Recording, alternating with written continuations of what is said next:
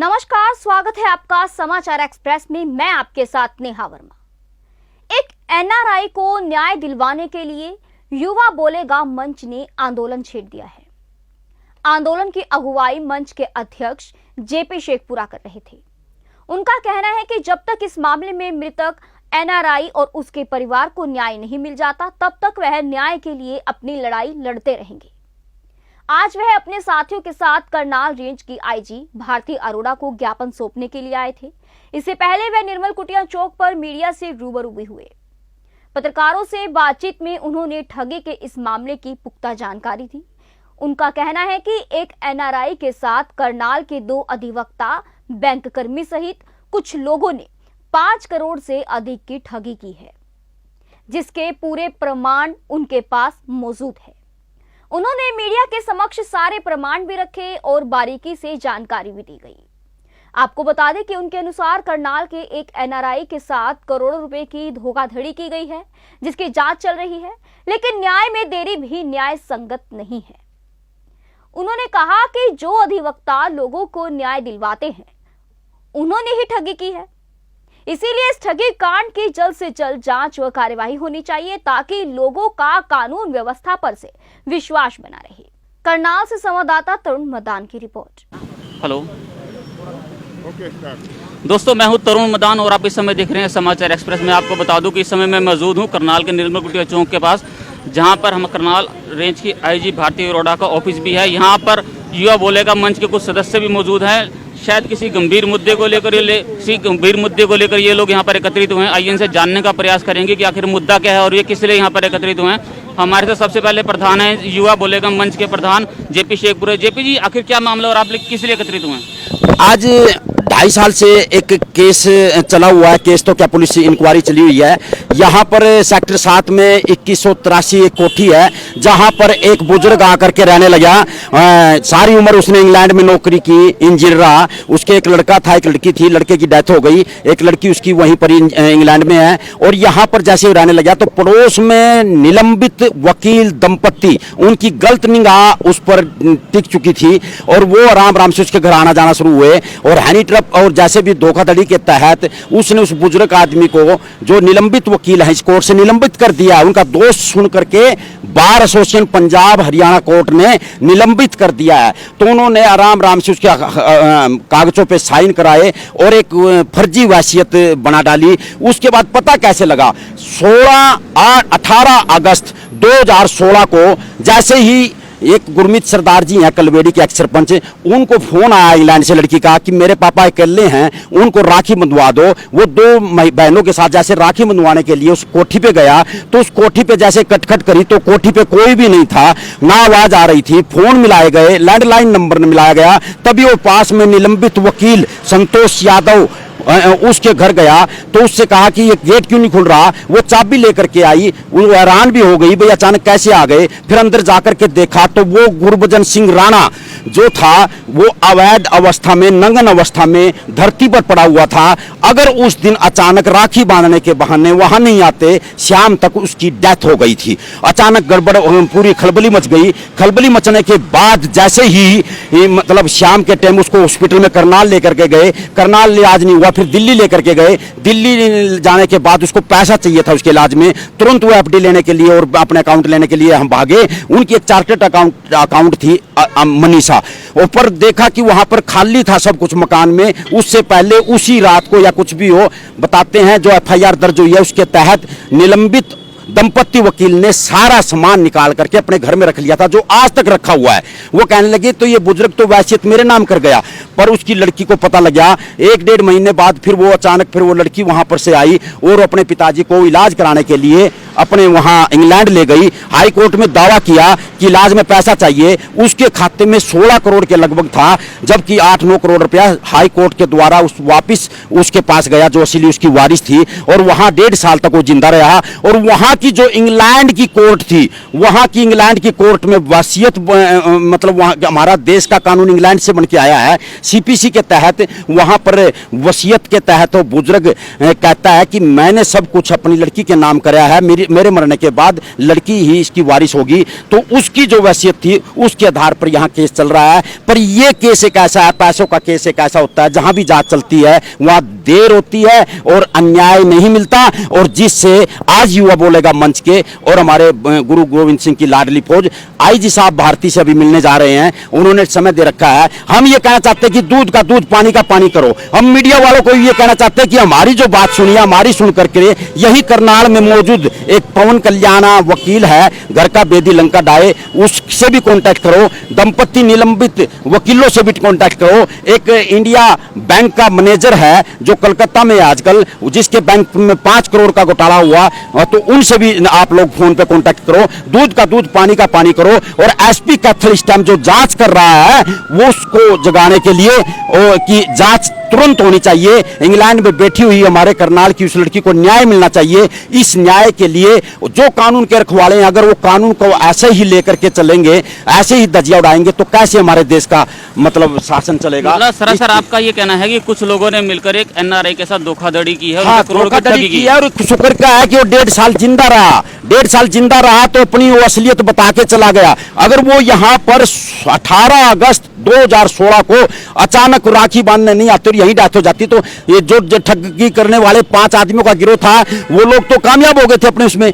पर अभी जो जांच यहाँ चल रही थी, करनाल के इर्द गिर्द जांच चली, करनाल पुलिस के द्वारा भी यहाँ से जांच उठवा करके उनके घर वालों ने, कैथल एसपी, ईमानदार एसपी और आईजी साहब, इनके तहत जांच चल रही है।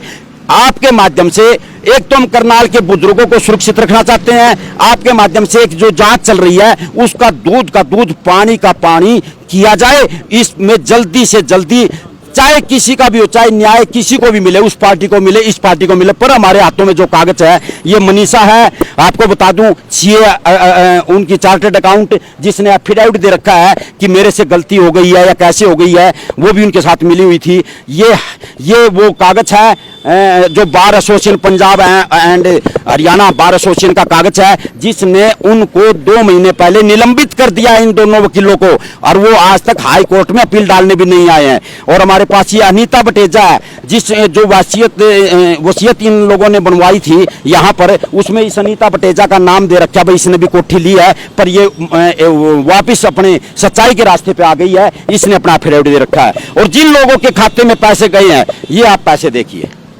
ये आप पैसे देख लियो, आपके कागज देंगे। ये बैंकों में पैसा गया हुआ है 5 करोड़, इसमें से 2.5-3 करोड़ रुपया ये लोग खर्च कर चुके हैं, 2 करोड़ रुपये बचा हुआ है, हाईकोर्ट ने बैन लगा दिया है। तो ये चीज हमारे पास है। और ये थे हमारे साथ युवा बोले मंच के वरिष्ठ पदाधिकारी। इनके पास पुख्ता प्रमाण है कि किस तरह से कुछ लोगों ने मिलकर बुजुर्ग के साथ धोखाधड़ी की है। इनके पास, इनका ये कहना है कि इनके पास पुख्ता प्रमाण पत्र हैं, पुख्ता प्रमाण हैं, और जिनको ये आईजी भारती अरोड़ा को आज ज्ञापन देने के लिए आगे जा रहे हैं। मैं उनसे और ये इंग्लैंड की वैसियत है, ये वो वैसियत है, ये दिखा रहे। हाँ बताइए एडवोकेट साहब, ये आप बताइए एडवोकेट साहब। हाँ। ये ना मीडिया बंधु को मैं बताना चाहूँगा, ये प्रोबेटेड वसीयत है। प्रोबेटेड वसीयत का मतलब होता है प्रमाणित रूप से, मतलब कोर्ट के द्वारा, सरकार के द्वारा, इंग्लैंड की सरकार के कोर्ट के जुडिशल सिस्टम के द्वारा प्रमाणित वसीयत है ये।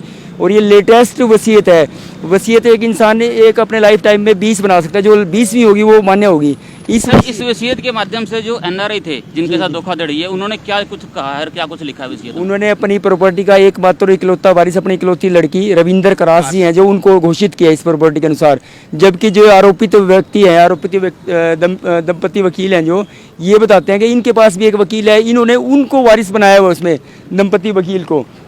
जबकि मैं कहना चाहूँगा इनका कोई रिलेशन नहीं है। इस वकील जो मृतक है, जो हरभजन सिंह राणा जी जो एक्सपायर हुए हैं, उनका वकील दंपति से किसी भी प्रकार का कोई ब्लड रिलेशन, कोई फैमिली रिलेशन, किसी भी टाइप की टर्म में कंडीशन मेंटेन नहीं हो पाता है। और जब इनको आभास हो गया है कि इनके खाते में इतनी बड़ी रकम गई हुई है, ये एडमिट करते हैं इस फैक्ट को, बीइंग फैक्ट ये एडमिट करते हैं वकील दंपति कि हमारे खाते में पेमेंट आई हुई है।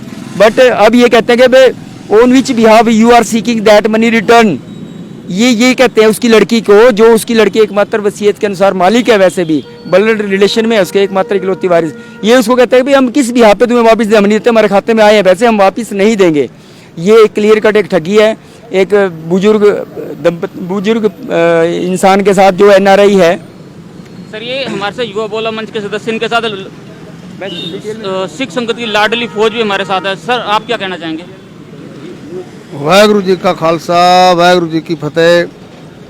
ਅਸੀਂ ਤੇ ਇਹ ਕਹਿਣਾ ਚਾਹਾਂਗੇ ਕਿ ਜਿਹੜਾ ਇਹ ਹਿੰਦੁਸਤਾਨ ਦੇ ਵਿੱਚ ਗੁਰੂ ਨਾਨਕ ਸਾਹਿਬ ਨੇ ਗੱਲ ਕਹੀ ਹੈ, ਨਾਨਕ ਮਿੱਤ ਨ ਰਹਿਓ ਕੋਈ, ਵੀ ਕੋਈ ਕਿਸੇ ਦਾ ਮਿੱਤਰ ਨਹੀਂ। ਵੀ ਏਡੀ ਧੋਖਾਧੜੀ ਜਿਹੜੇ ਕਰ ਰਹੇ ਨੇ ਲੋਕ, ਏਡੇ ਸਿਆਣੇ ਵਕੀਲ ਹੋ ਕੇ ਇਹ ਕੰਮ ਨਹੀਂ ਕਰਨਾ ਚਾਹੀਦਾ। ਵੀ ਜੋ ਵੀ ਉਹਨਾਂ ਨਾਲ ਧੋਖਾਧੜੀ ਕੀਤੀ ਚੁੱਪਚਾਪ ਉਹਨਾਂ ਦਾ ਵਾਪਸ ਕਰ ਦਿਓ। ਆਪਣੇ ਘਰ ਤੁਸੀਂ ਰਾਜੀ ਤੇ ਆਪਣੇ ਘਰ ਰਾਜੀ ਕਿਉਂ ਰੌਲਾ ਪਾਉਂਦੇ ਹੋ? ਸਾਡੀ ਤੇ ਇਹ ਹੀ ਹੈ गुजारिश होना आगे भी क्यों सियाने बनो, ये काम ना करो। देखो सर, इनका ये कह रहे हैं कि इनकी सिर्फ उनसे एक रिक्वेस्ट है, गुजारिश है कि इस तरह की धोखाधड़ी ना करें। कोई भी बुजुर्ग है, कोई भी दंपत्ति है, बुजुर्ग दंपत्ति है, अगर उसका परिवार उसके साथ नहीं रहता तो उनके साथ किसी तरह का कोई अन्याय ना करें। ये अभी भी इनका ये कहना है कि ये उस एनआरआई के साथ खड़े हैं जब तक उनको न्याय नहीं मिल पाता है। न्याय उस पार्टी का हो जाए, दूसरी पार्टी की तरफ जाए, लेकिन दूध का दूध और पानी का पानी होना चाहिए। हमारे साथ कुछ महिलाएं भी मौजूद हैं। मैडम आप क्या कहना चाहेंगे सारे मामले में? मैं ये कहना चाहूँगी कि जो जिनके साथ गलत हुआ है उनके साथ इंसाफ होना चाहिए, उन्हें न्याय मिलना चाहिए और हम सब युवा बोलेगा मंच के मेंबर उन्हीं के साथ हैं। धन्यवाद। मैडम आप क्या कहना चाहेंगे? मैं आपके माध्यम से और युवा बोलेगा मंच जिस भी परिवार के साथ अन्याय होता है, युवा बोलेगा मंच उसके साथ हमेशा खड़ा है। रविंदर जो एनआरआई बाहर विदेश में बहन है, उसके साथ जब तक अन्याय हुआ है और जब तक उसको न्याय नहीं मिल जाता, हम बहन के साथ खड़े हैं। और आज हम युवा बोलेगा मंच भारती अरोड़ा जी को, जो हमारे शहर के आईजी हैं, उनको विज्ञापन सौंपेंगे और पूरा युवा बोलेगा मंच को पूरा विश्वास है कि इस दंपति को न्याय मिलेगा और हमारी आवाज़ भी जन जन तक जाएगी। हम जिनके साथ भी अन्याय हो रहा है, युवा बोलेगा मंच उनके साथ हमेशा खड़ा रहेगा। इनका ये कहना है कि किसी के साथ भी अन्याय नहीं होने दिया जाएगा। जिसके साथ भी अन्याय की होगा या हो रहा होगा, युवा बोलेगा मंच उनके साथ खड़ा है। इन महिलाओं का ये भी कहना है। देखिए, हैरानी की बात यह है कि एक ऐसी महिला के समर्थन में जुटी हैं जो महिला खुद विदेश में रह रही हैं। विदेश में रहने के बावजूद भी इनको अपने देश से इतना प्यार मिल रहा है, इतना समर्थन मिल रहा है। यह भी करनाल वासियों के लिए बड़े गर्व की बात है।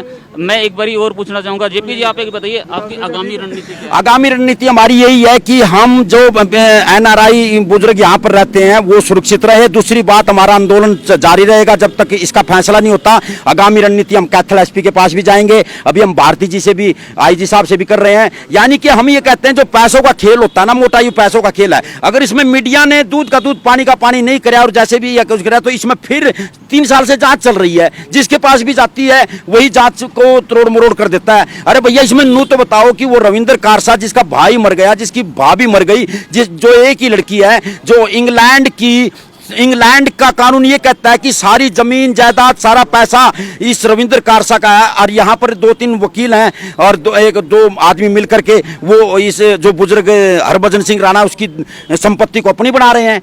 तो हम ये संदेश देना चाहते हैं, ये कानून के रखवाले, मैं भी वकील हूँ, संतोष यादव जी या कुछ भी, वो जो हमारी बहन है, एनजीओ बनाते हैं, कुछ भी कानून के रखवाले जब ऐसा काम करेंगे तो फिर इस देश का क्या होगा?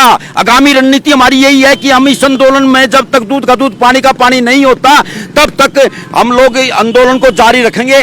हम लोग न्याय लेना चाहते हैं, इसका एंड करवाना चाहते हैं। इसकी मुख्य मांग क्या है आपकी?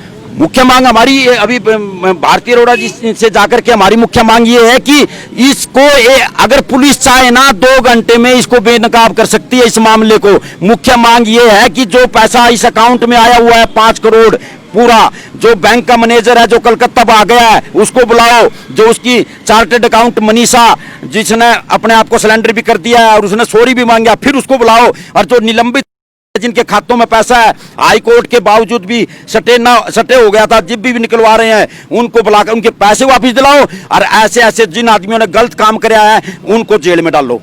देखिए, ये थे जेपी शेखपुरा जिन्होंने विस्तार से सारे मामले की जानकारी दी। इनका ये कहना है कि ये तब तक अड़े रहेंगे जब तक कि दूध का दूध और पानी का पानी नहीं हो जाता। एक बुजुर्ग दंपत्ति को न्याय दिलाने के लिए जिनका करोड़ों रुपए की ठगी की गई है, ये उसको न्याय दिलाने के लिए आज सड़कों पर उतरे हैं। आईजी भारती अरोड़ा को ज्ञापन देने के साथ साथ इनका ये भी कहना है कि आगे भी लड़ाई लड़ेंगे, जब तक लड़नी चाहे लड़ना पड़ेगा, लेकिन देर से न्याय मिलना न्याय संगत नहीं है, इसलिए न्याय को समय अनुसार मिलना चाहिए। मैं Tarun Madan, senior camera person, Sunny Chaudhary, Samachar Express के लिए। धन्यवाद। ऐसे ही लेटेस्ट खबरें पाने के लिए बेल आइकन को क्लिक कर हमारे चैनल को लाइक, शेयर एंड सब्सक्राइब करें। धन्यवाद। JBD Banquets लाए हैं Incredible Marriage Palace Rajgharana and the finest banquet hall Jyoti Garden. World-class catering, centrally air-conditioned, lush green lawns, state-of-the-art lighting. A perfect venue for wedding, launching and parties. Rajgharana and Jyoti Garden at JBD Banquets Enterprise.